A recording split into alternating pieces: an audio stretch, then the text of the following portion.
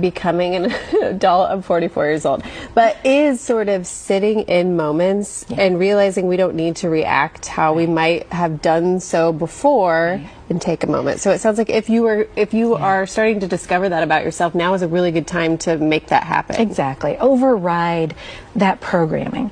Because, you know, no matter how many decades you've been alive, there's some programming that's been repeated. Sure. And then you've gotten certain experiences from that programming, and that has worn these beliefs into your pathways that say, I do this and this happens, I do this and this happens.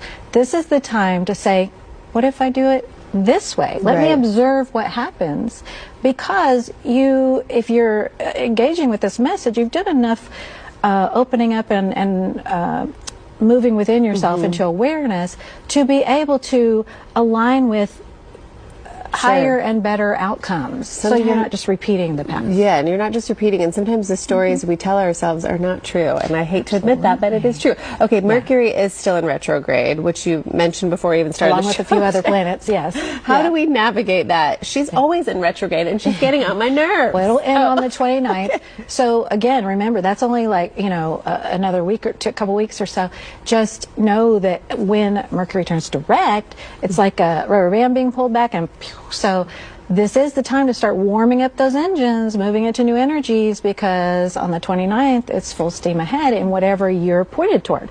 Sagittarius is the archer, so you're pointing that arrow gets let go, and yeah, it's going to be, I mean, maybe not as big as that lottery winning, but like that feeling, and maybe bigger for you in an emotional or energetic sense. So it's a good time then right now, this is a sign for you maybe to kind of reevaluate, point your arrow where you want to go. Do something a little different today. I love that. In that direction. Because you have until the 29th to reevaluate and then sort of kind of take that flight. Are you always kind of looking at, do you guide your life? Like, do you get up in the morning and you're like, this is where everything is today, or is it not that serious? That's step 2. Okay. Step 1 is always checking in within, because the astrological, the energies, they're kind of like the weather. Before you go outside, you're going to check in with yourself, and then you're going to say what's happening outside. Okay. So first step is, what am I feeling? Where am I being guided today?